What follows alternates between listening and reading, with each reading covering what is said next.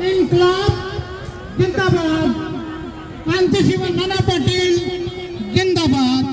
यानंतर आमच्या महाराष्ट्र राज्य किसान सभेचे कार्याध्यक्ष कॉम्रेड वैभव पवार हे आपल्या पुढे अभ्यासपूर्वक शेतीच्या प्रश्नावरती मांडणी करतील, ती त्यांनी करावी अशी मी त्यांना विनंती करतो।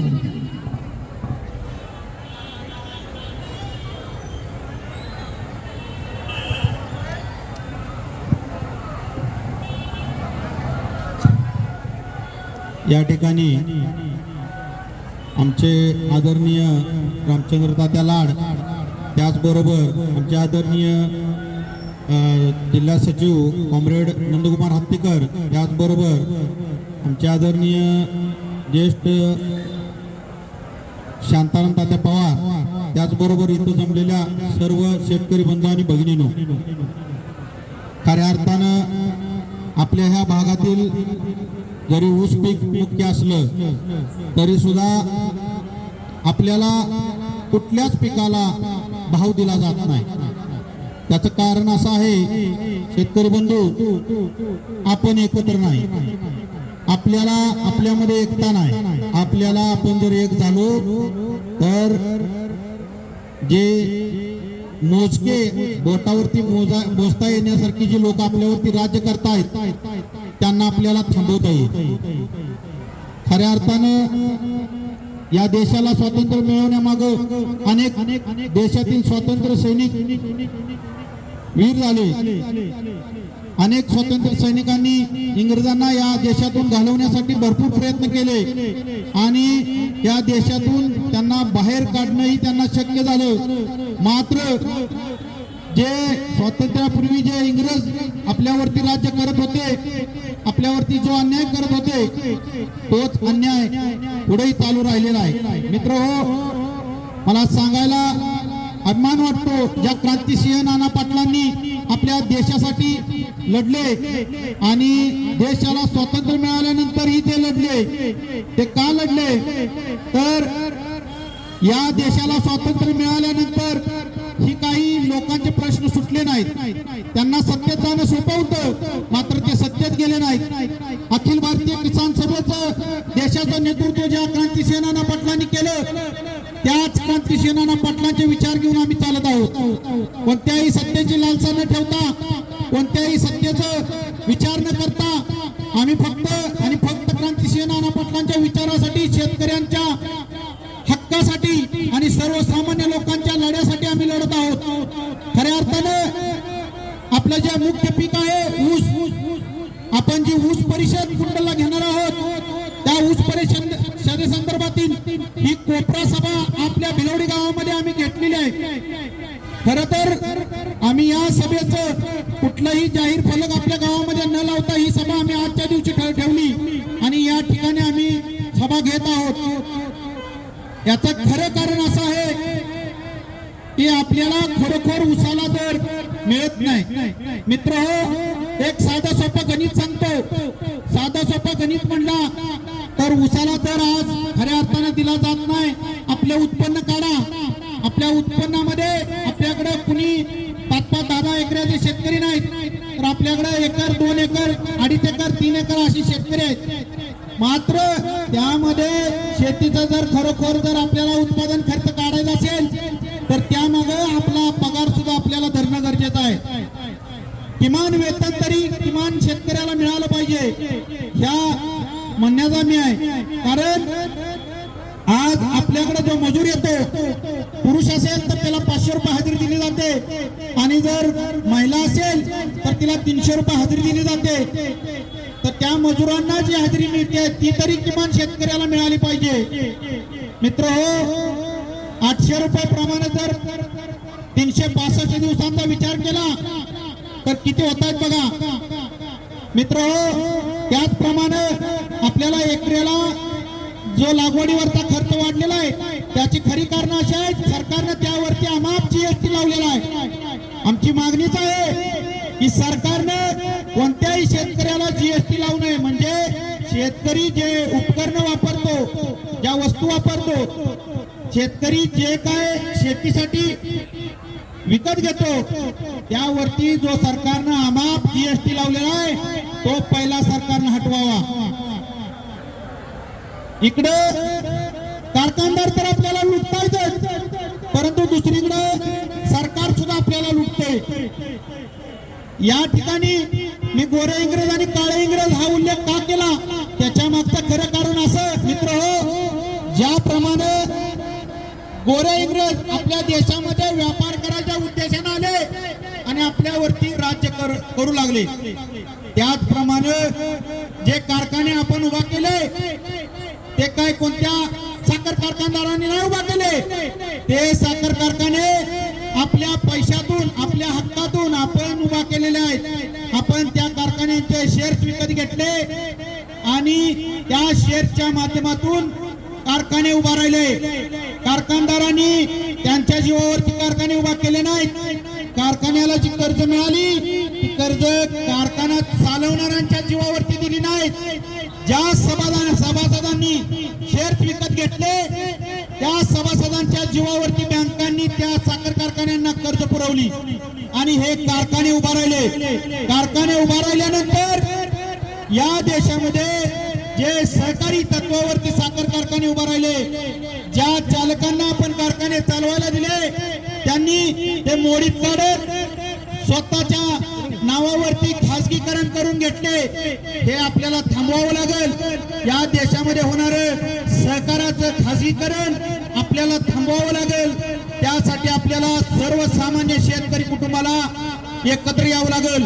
हे सरकार असेल किंवा विरोधक असतील ते आपल्यामध्ये जातीपातीचं राजकारण करू इच्छुक पाहत आहेत, परंतु हे जातीपातीचं राजकारण बाजूला ठेवून माझी जात कुठली विचारली तर फक्त माझी एकच जात आणि ती म्हणजे शेतकरी हे आपल्याला म्हणावं लागेल.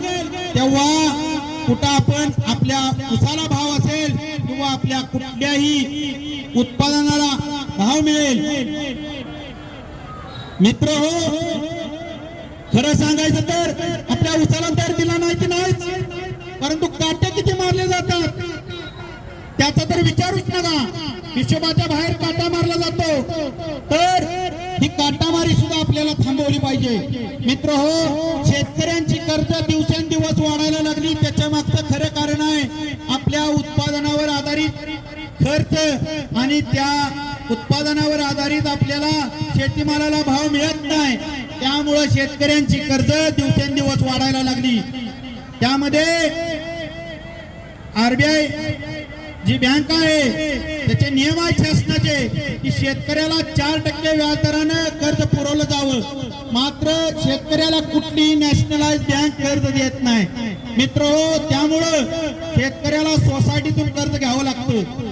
त्यामध्ये त्या कर्जाचा आणि त्या व्याजाचा भुर्दंड एवढा आहे तो 18% वरती जाऊन पोहोचतो आणि आपल्याला ज्यावेळी सरकार 4% व्याजदराने कर्ज द्या म्हणून सांगतं शेतकऱ्याला आणि दुसरीकडे आपल्याकडून 18% व्याजदराने पैसे वसूल केले जातात, मात्र त्या ठिकाणी अरब करोडो रुपये उद्योगपतींचे माफ केले जातात आणि आमच्या शेतकऱ्याचे 500 रुपये देखील माफ केले जात नाहीत.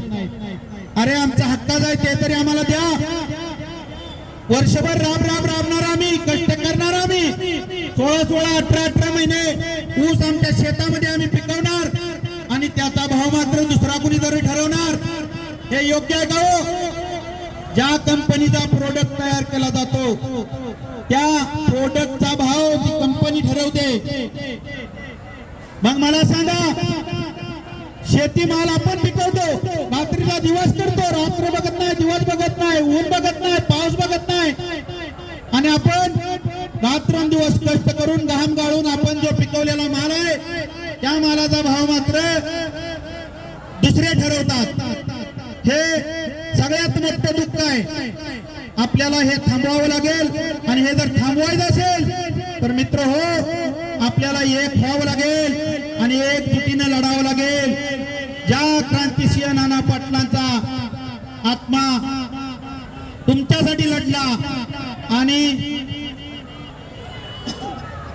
तुमच्यासाठीच त्यांनी आयुष्य खर्च केलं, तेच विचार घेऊन आम्ही तुमच्या समोर आलेलो आहोत. मित्र हो, शेतकऱ्याला उसाला दर का दिला जाऊ शकत नाही? मला सांगा, जे केंद्र सरकार आहे त्यानं पहिलं 8.25 ला FRP ठरवली जात होती, 8.25च्या रिकव्हरीला. तीच पुन्हा 9.50 झाली आणि 9.50 वरून आता 10.50 केली.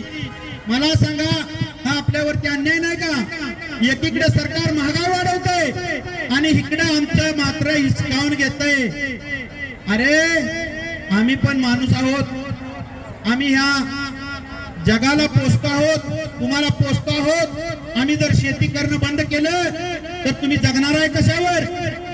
तुम्ही खाणार आहे काय? जे अन्न पिकवणारा शेतकरी आहे त्याच शेतकऱ्याचं तुम्ही हिसकावून घेत आहात. हे थांबलं पाहिजे.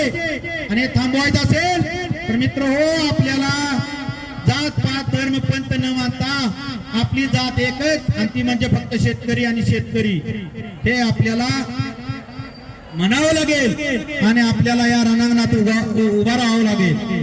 मित्र हो, उसाला दर फक्त जो सरकार साखरेवरती देतंय तर ते साखरेवरती न देता उसापासून अन्य जे पदार्थ तयार होतात, अन्य जे प्रोडक्ट तयार होतात ते म्हणजे साखर पहिला आहे, त्यानंतर इथेनॉल आहे, स्पिरिट आहे, मळे आहे, वीज आहे, बागास आहे. मला सांगा, राख आहे, कंपोस्ट आहे, मळे आहे, असे अनेक प्रोडक्ट तयार केले जातात. मात्र शेतकऱ्याला दर दिला जातो तो फक्त साखरेच्या उतार्यावरती. मग आम्हाला ते मान्य नाही हो. तुम्ही उतारा काढता कसा? पूर्वी जो उतारा काढला जात होता तो शेतकऱ्याच्या बांधावरती येऊन त्याची रिकव्हरी चेक केली जायची आणि मग तो ऊस तोडला जायचा. आमच्या शेतकऱ्याची रिकव्हरी किती निघते ते साखर कारखानदारांनी प्रत्येक शेतकऱ्याची जी रिकव्हरी काढली जाते त्या शेतकऱ्याची त्याच्या बांधावरती त्याच्या समोर रिकव्हरी काढली जावी आणि त्या रिकव्हरीच्या कागदावरती प्रत्येक शेतकऱ्याची सही असावी आणि त्या उसाला तोड दिली जावी. मग आम्हाला समजेल की कारखाना नेमका रिकव्हरी देतोय किती आणि मारतोय किती आणि ऊसाची रिकव्हरी नेमकी लागते किती, त्याशिवाय कळणार नाही. मित्र हो, हे आपल्याला थांबवावं लागणार आहे. रिकव्हरी जी मारली जाते त्यामध्ये जी साखर काढण्यासाठी जो रस जातो ऊसाचा त्याचीच रिकव्हरी धरली जाते. मात्र जो रस दुसरीकडे फिरवला जातो त्याची रिकव्हरी मात्र त्या ठिकाणी धरली जात नाही. तर हे थांबलं पाहिजे. सरकारचं सुद्धा त्याच्यावरती नियंत्रण असलं पाहिजे आणि फक्त साखरेवरती रिकव्हरी आणि FRP ठरवली जाते ते थांबली पाहिजे. जो दर फक्त साखर आणि FRP वरती दिला जातो तो थांबला पाहिजे आणि जेवढे बाह्य प्रोडक्ट प्रत्येक कारखान्यामध्ये तयार होतात त्या बाह्य प्रोडक्टचा, त्या बाह्य पदार्थांचा लाभ प्रत्येक शेतकऱ्याला मिळाला पाहिजे. तरच आम्हाला हे मान्य आहे. म्हणूनच आम्ही रुपये प्रति टन 5,000 रुपये दर जाहीर करा आणि मगच आपल्या दुराड्या पेटवा. अन्यथा किसान सभा शांत राहणार नाही. हे आंदोलन फक्त आपल्या भागापुरतं नसून हे आंदोलन हे देशभर आहे. अखिल भारतीय किसान सभा ही देशभर आहे. मगाशी कॉम्रेडनी सांगितलं आपल्याला, नरेंद्र मोदी सरकारला थोडं ते पोळं करून सोडून दिल्लीला घेराव घातला होता. तीच अखिल भारतीय किसान सभा ज्यावेळी दिल्लीला नरेंद्र मोदीच्या सरकारला घेराव घातला त्यावेळी नरेंद्र मोदीला असं वाटलं, जे शेतकरी अखिल भारतीय किसान सभेचे जे शेतकरी आहेत ते शेतकरी दिल्लीवरती कूच करून येत आहेत, म्हणजे त्यांना असं वाटलं की जणू काय पाकिस्तान करून ही लोक आपल्याकडे येत आहेत. तशीच किंबहुना त्यांनी त्या ठिकाणी बॉर्डर आखल्यासारखं आखली गेली आणि त्यामध्ये हजारो शेतकरी शहीद झाले. 1.5 वर्ष अक्षरशः ते आंदोलन चालू होतं. तर मित्र हो, तरी अजून ते काळे कायदे त्या नरेंद्र मोदी सरकारने मागे घेतले नाहीत. ज्यावेळी त्यांनी जाहीर केलं होतं की आम्ही हे शेतकरी विरोधातील काळे कायदे केलेले मागे घेत आहोत आणि हे आंदोलन तुम्ही थांबवा, ज्यावेळी असं सांगितलं त्यावेळी ते आंदोलन थांबलं गेलं. मात्र फक्त ते सांगितलं गेलं, बोललं गेलं, मात्र ते कागदावरती काय आणलं गेलं नाही. मित्र हो, स्वामीनाथन आयोगाच्या नावावरती नरेंद्र मोदी सरकार या देशावरती आलं आणि सत्तेत येण्यापूर्वी त्यांनी जाहीर केलं होतं की आम्ही शेतकऱ्यांचा स्वामीनाथन आयोग लागू करू. हे सांगून ते सत्तेवरती आलं आणि सत्तेवरती आल्यानंतर मात्र त्यांनी डोळे झाक केले आणि स्वामीनाथन आयोग आम्ही लागू करू शकत नाही. मित्र हो, सांगायचं तात्पर्य एवढंच आहे, काँग्रेस असो, राष्ट्रवादी असो की भाजप असो, कुठलंही सरकार येवो, आपल्या सर्वसामान्यांसाठी आणि सर्वसामान्य शेतकऱ्याचा विचार करणारे सरकार या देशामध्ये आल्याशिवाय आपलं काय सळलं नाही. आपल्याला हे सरकार आणायचं असेल शेतकऱ्यांचं, तर आपल्याला झगडावं लागेल, रस्त्यावरती उतरावं लागेल. तुमच्या घरामध्ये जर लहान मुलं असेल, त्यानं जर तुम्हाला काय मागितलं तरच तुम्ही त्याला काहीतरी देता, अन्यथा तुम्ही देत नाही. मित्र हो, सांगायचं तात्पर्य एवढंच आहे, जो आपला हक्क आहे तो आपल्याला मागावा लागेल आणि तो आपल्याला मिळवावा लागेल. आपला तो जन्मसिद्ध हक्क आहे, आपले हक्क मागायला आपल्याला अधिकार आहे आणि त्या अधिकारानं आपण मागितला पाहिजे. मागितल्याशिवाय काही मिळत नसतं. मित्र हो, या ठिकाणी आम्ही येण्यामागचं खरं कारण असं, दिनांक 24/10/2024 रोजी कुंडल या ठिकाणी आपण पश्चिम महाराष्ट्र विभागीय ऊस परिषद घेत आहोत आणि त्या ऊस परिषदेसाठी आपण सर्व शेतकरी बंधू भगिनींनो कुंडल या ठिकाणी दिनांक 24/10/2024 रोजी उपस्थित राहावं अशी मी सर्वांना अखिल भारतीय किसान सभेच्या वतीनं विनंती करतो. व त्याचबरोबर